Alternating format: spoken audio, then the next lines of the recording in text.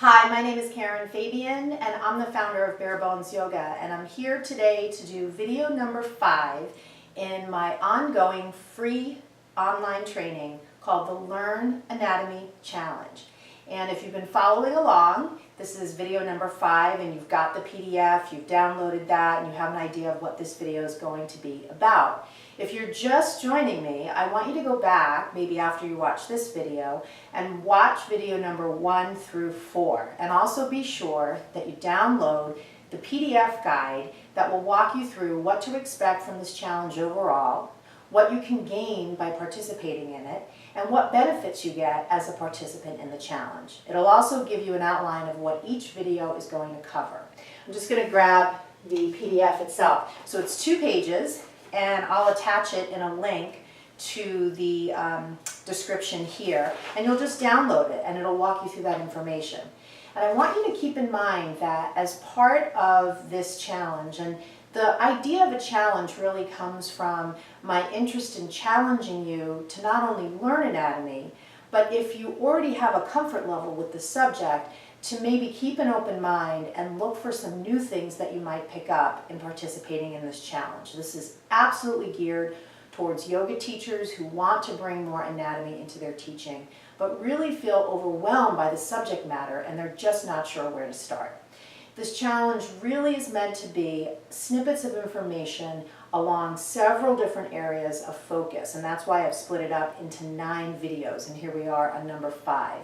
And each one of these videos and each one of these topics corresponds with a topic in my anatomy manual as well as my online course. And I want you to keep in mind that as a participant in this challenge, you too can get the anatomy manual. All you need to do is send me an email and let me know that you'd like to purchase that. I'm going to be referring to it in today's video so you'll get a sense of how it's set up.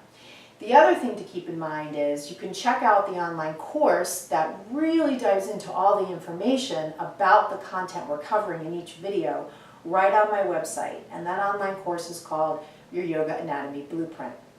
And then the last thing is I want to give you an hour of free coaching for participating in this challenge. And that might be something that you use to ask questions about anatomy, questions about teaching, questions about yoga business. I have a number of teachers that I work with one-on-one, and it's really a great way to dive into detail on really any topic that you're interested in. And just for participating in this challenge, I'm offering you that $150 free coaching session, $150 coaching session for free. So now that you've got all those details, which are included in the PDF, let's begin with today's video.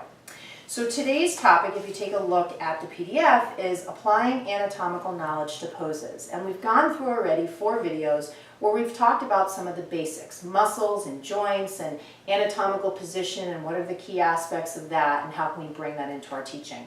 But as we go into studying anatomy, it's helpful once we get some sense of the details to start to apply those details to the poses and to teaching. And that's what these next series of videos is really going to focus on. So I want to show you the anatomy manual if you're not familiar with it. It's a 200-page manual and it's got color photos and text that walk you through all the subjects we're covering in these videos. And in one section, which is called Muscles and Movements and Poses, it breaks down, the postures in a very systematic way. So every pose is broken down in a specific format. And I want to tell you what that format is because this is really a great way to learn if you kind of keep things consistent from pose to pose. So every pose has, of course, the name of the pose in English and Sanskrit, the primary action of the pose, why are we doing it, the key actions of the pose, and these could also be used as cues. So if you're struggling to figure out what kind of cues to give your students for every pose, the book's going to give you that. Several muscles at work in the pose, and when I say at work, I mean contracting, concentrically contracting. The position of key joints, right? Are they in extension or flexion or external rotation? Modifications for poses. Things to look for as a teacher that might indicate an alignment issue. And then the last thing for each pose is a little nugget around just speaking to mind, body, or spirit. Just something that kind of elevates the cue or the instruction to more than just the detail. Something more maybe spiritual, something more about the flavor of the posture, something more about mindset. Because of course, even though we're focusing on anatomy, there's this whole other aspect of yoga that we can't deny is a huge part of the practice. And that's the connection to ourself, spiritual themes, if that's something that resonates with you, being present. So there's a lot of different things that you can kind of pepper throughout your teaching, even if you're focusing on anatomy, that are going to kind of balance it out. It's not really a lot of fun to go into a class and have the constant kind of details. And it's always helpful for teachers like myself especially, who like to focus on anatomy, to leave space for some of those things. And also importantly, to leave space for silence. When you do tend to focus on anatomy, there can be a lot of words. It can be maybe a little bit more talking than usual. And you want to always have that balance so that energetically people aren't feeling like they're being kind of nitpicked. And your role is really to figure out how to clearly and succinctly provide the critical information and then kind of leave it be for what happens. All right, so let's get into some of the content for today. So I'm just going to pick a couple of different poses and going to break them down along these lines, and just to give you an idea of how this works. And again, these videos are really meant to give you a taste of the information. The full exploration of the information is found in the manual and in the online course. So depending on what format you like, you can do either or. So let's go to the first one. Let's take a really common one, Warrior One. So Warrior One here in the manual is broken down according to that format. So the first thing that we can address is what's the primary action of the pose? And it's helpful to think about what the primary action is, because if you're going to go up to a student in a system, you better darn well know what's the point of the pose. And that's oftentimes a great place to start when it comes to the kind of physical assist you'll give somebody. So here I have the primary action of the pose is to open the hips and chest and extension of the spine. So if we come into the posture, right, so when we talk about opening the chest, right, so now we're referring to muscles in the chest, primarily the pectoral muscles, major and minor. And because we're upright, we've got a much more broad posture. Our relationship to gravity is one where we're working in concert with gravity. We're not hanging down. So this is a great way to just kind of expand through the front line of the body. I also talk about opening the hips. It's a little bit of loose language there. What we're really talking about, and I detail it further, is hip extension. So here this hip is flexed, here this hip is an extension. If you go back to one of the earlier videos, we talk about anatomical actions, and that's where these terms come up. And so here we've got, obviously we do it on both sides. So on this side, this hip is an extension. This is where we're lengthening hip flexors, primarily things like the psoas, which start on the lower back and then on the thigh, even the rectus femoris, which is part of the quadriceps, which starts on the pelvis and ends on the knee.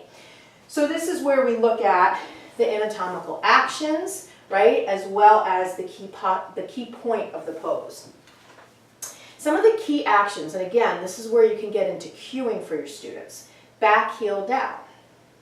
Engage back thigh and spiral it backwards. So what does that refer to? That refers to this hip not only being an extension, but also being an internal rotation. I'm not turning this foot out, I'm turning this foot in, and with it, of course, as I move higher up the kinetic chain, this hip must be turning in as well. It'd be pretty hard to turn the foot out and try to turn the hip in.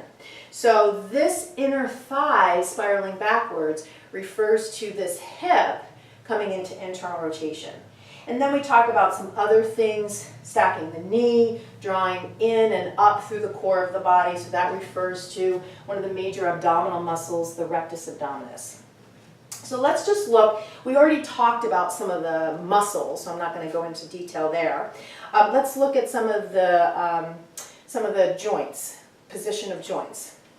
So here we've talked about this is internal rotation, so this right hip internal rotation, and extension, flexion here of the left hip, flexion of the shoulders as both arms go up, extension of the spine as the torso is upright. If we look further at modifications and contraindications, one of the big things that's helpful to think about is newer students sometimes have trouble with the foundation of the pose if the heels are really close together. So you can always teach to take a little bit of a wider stance in the pose. One of the next things is to look for some of the things that might come up, not necessarily red flags, but just some things you might notice. So one thing I know here is the back heel up. Sometimes it can be too much of a stretch on the calf muscle, the gastrocnemius, if the student has a really, really long base. So it's pretty obvious what you'd need to do as a teacher is just encourage them to shorten it up. So this idea of shortening and widening the foundation really brings greater stability to the pose. So it's a great thing as a teacher to be looking for as you're looking out in the class and you see your students struggling. Those are two really simple cues to get their foundation more in line. So let's do one more. Let's take a look at chair pose. Okay, so this is a great way to strengthen the glutes and the hamstrings. Those are in contracting as we're in the pose. So let's again start from the beginning. So primary action, right, as we come into this squat-like position, I'll take my arms up, right, as you come into the squat-like position, it's great for strengthening the ankles, kind of opening up through the bottoms of the feet, and strengthening through the lower body as well. Key action, so again, this is where we start to get into some of the cues that you can offer. Bringing the inner edges of the feet together, letting the tailbone drop down towards the heels, hugging the inner thighs in. So this, starts to get into that action of adduction of the thighs. So now we're talking about some of these big adductor muscles, adductor magnus, which is on the inner thigh, and contracting that adductor muscle to bring the thighs closer together. Also drawing in a little bit through the core, so that refers to that rectus abdominis again, but not too much. And you'll notice, if I turn to the side here, if you ask students to draw in a lot, that's where that rounding comes in. By the same token, if you ask your students to tuck their tail, the same thing happens as well. So here, we don't want to be in hyperextension of the tailbone. We want to have a slight dropping of the tailbone, more focusing on drawing the belly button in close. Some things you might notice as students come into this pose, they might have some difficulty keeping their feet together. Kind of going back to that earlier cue, you can have people bring their feet apart. One thing to look for though, as they do bring the feet apart, is this kind of knock-kneed scenario. And this can sometimes happen if the muscles of the quadriceps, especially the outer thigh, the vastus lateralis, is a little weak. So you've probably experienced this in class, the idea of putting a block between the thigh. So this now gives us a little bit of resistance, it strengthens the adductors, it prevents that knock-knee position, and it creates really nice alignment. So this is a nice way to kind of work with some challenges there. In terms of modifications, we talked about that, feet hip width.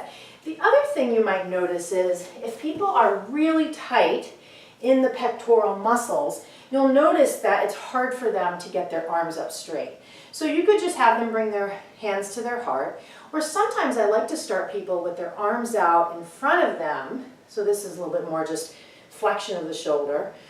And then gradually lifting the arms and noticing the point where they start to feel coming out of alignment, and then just staying wherever they are. You could also have, sometimes I see students do this kind of cactus arm thing, and so that can be a nice modification as well. So what are some things that you could say to kind of speak to the mind, speak to the spirit? Well, it's certainly a challenging posture, so you might say something kind of encouraging, take some deep breaths, feel the strength in your body. So you can kind of call on some of the general qualities of the pose and kind of use that as your spiritual theme. So those are two poses. Those are two things that help you, take what you've learned in the first couple of videos, take what you've learned there and apply it now to postures. And once we start applying it to postures, that's when we get to start thinking about what are our cues going to be, right? What is our sequencing going to be? What modifications are we going to offer? So this all becomes part of applying our knowledge to the practice of teaching. And this is where, we're really tested as students of the subject, because it's not just that we're reading about it. Now we're out in real life and we're talking to people and we're seeing different bodies react differently to what we're saying. And so this is a really great way to learn your subject and to really make the information your own and just kind of part of you. So I hope you've enjoyed this one. Again, I want to remind you, taking this challenge entitles you to a free 1-hour coaching session with me. They're normally $150. You get it for free. All you need to do is send me an email, Karen@barebonesyoga.com. Mention that you're doing the challenge and we'll set that up. The manual, if you'd like this manual, is $65. You can order it on the website. And then the last thing is the online course that corresponds with all of the content that you're getting snippets of in each video here is called Your Yoga Anatomy Blueprint, and that's right on the website. So I hope that you're enjoying these. Again, if you haven't done the first 4 videos, I encourage you to take a look at those so you have really a good, I've created each video in a building block way, so each one after builds upon the information you've picked up in the earlier video. So thank you so much for watching, and namaste.